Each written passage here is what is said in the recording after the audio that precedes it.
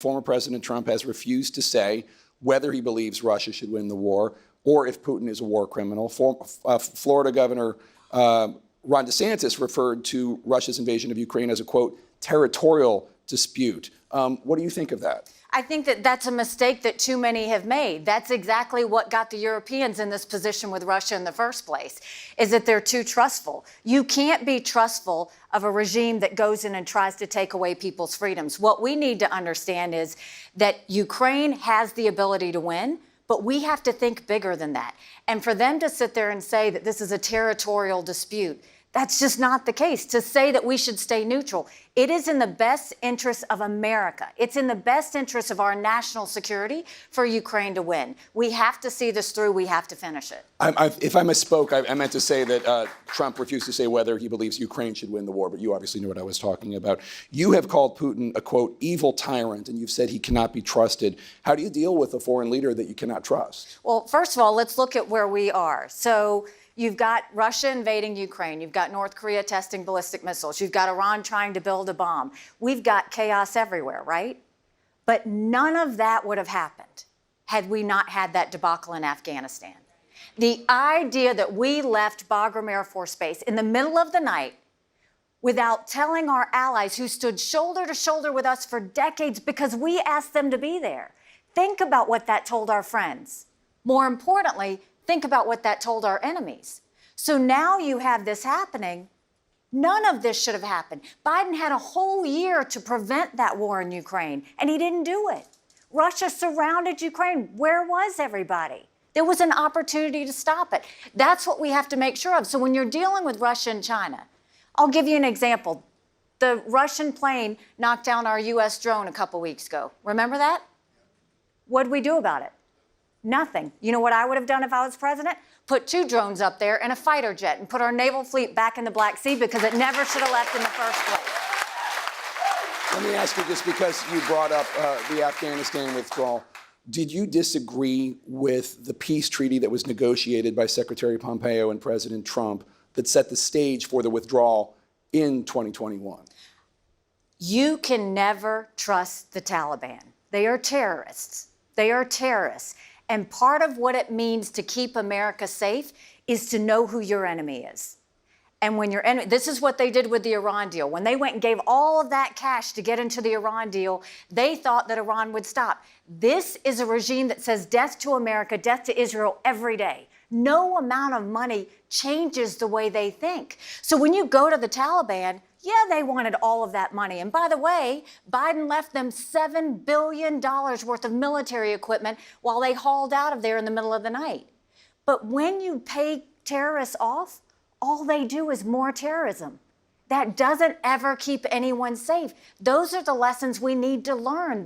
We can't keep repeating these same mistakes over and over again. Yeah, I think they left the equipment. It's a distinction without a difference. They left the equipment for the Afghan military, but then the Afghan military dissolved. The Afghan military had already fallen. Right. We knew they had hauled it out of Afghanistan. So you were the U.S. ambassador to the UN under President Trump, as I've noted. On Friday, Mr. Trump congratulated Kim Jong-un because North Korea had ascended to a leadership role in the World Health Organization.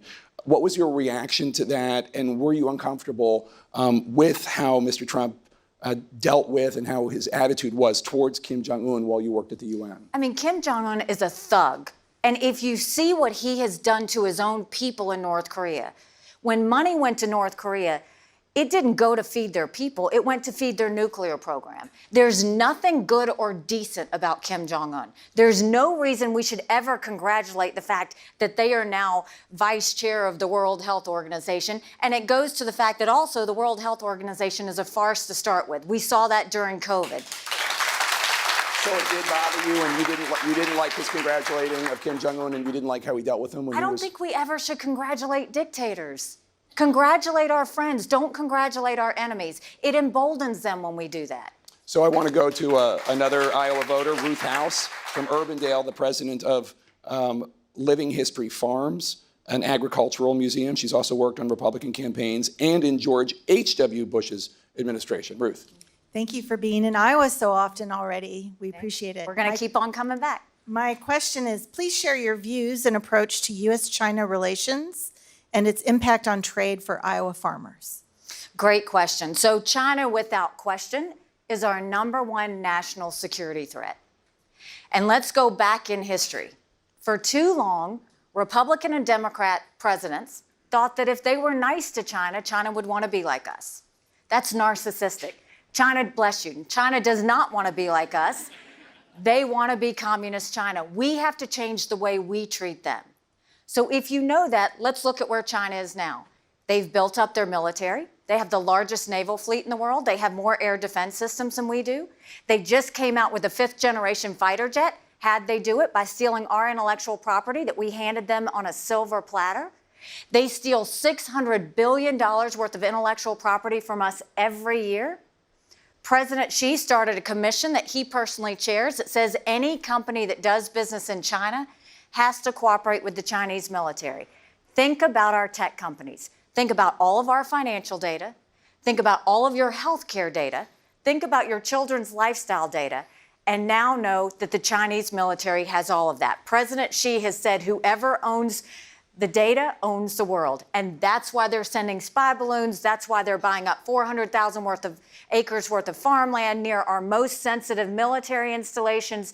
That's what they're doing. Now, having said that, how do you deal with China when you know we've got an economy that's so intertwined? You do it through a national security lens, strictly through a national security lens. So I don't care if Americans buy T-shirts and light bulbs from China any more than I care if the Chinese buy agricultural products from our farmers. I welcome that. What I do care about is if it's a national security risk. When you saw we had COVID, they told you to put on a mask. The masks were made in China. They told you to take a home COVID test. You turned it over, it was made in China. You go down to your local drugstore, all those medicines are made in China. What I will focus on is when I become president, the very first day you look at it and say, if China pulled the rug out from under us tomorrow, would we be ready? Would we be safe? That's what we need to do. So I don't want us exporting any tech equipment to them. I want us to make sure we're focused. And by the way, for our farmers, I don't want our farmers to just sell to China. I will be their ambassador. In South Carolina, when I was governor, I sold South Carolina to everyone. I will sell our Iowa farmers and all of their products to Japan, to Australia, to South Korea, to Israel. We can sell it to other countries. So you mentioned Taiwan earlier about Ukraine and Russia invading Ukraine could embolden China to invade Taiwan. That's one of the biggest flashpoints, as you know, in the U.S.-China relationship. And President Biden has repeatedly said that U.S. forces would defend Taiwan if China invades. Would you make that same commitment? Well, I think he's looking at this the wrong way. It's about preventing war. So what will prevent China from even going into Taiwan in the first place? There are two things that China and Russia never wanted us to have. They never wanted us to have a strong military, and they never wanted us to be energy independent. We need to do both of those things. Strong militaries don't start wars. Strong militaries prevent wars. That's the first thing that we have to know. So the second thing is, hold on, I'm getting there. The second thing is we should be supplying the Taiwanese military what they need to do to defend themselves. So I hosted the Taiwanese ambassador several months ago and brought her to the South Carolina Army National Guard so she could see how we train up our citizens, what we do, what they need to be doing in Taiwan to defend themselves. You go and make sure that you lift them up so that they can do for themselves like the Ukrainians are doing for themselves. But when China sees that Taiwan has got the backing of their allies, and when China sees that Ukraine just beat Russia, they won't even move into Taiwan. That should be our goal. One of the things about the United States vis-a-vis Taiwan is there used to be a thing called strategic ambiguity where the U.S. president, I know you know this, where the U.S. president would not say directly one way or the other, would U.S. forces defend Taiwan if China invaded? And President Biden broke with that. And I'm wondering if you would too. No, what I will tell you is we are going to make sure they have the equipment, the ammunition, and the training to win themselves.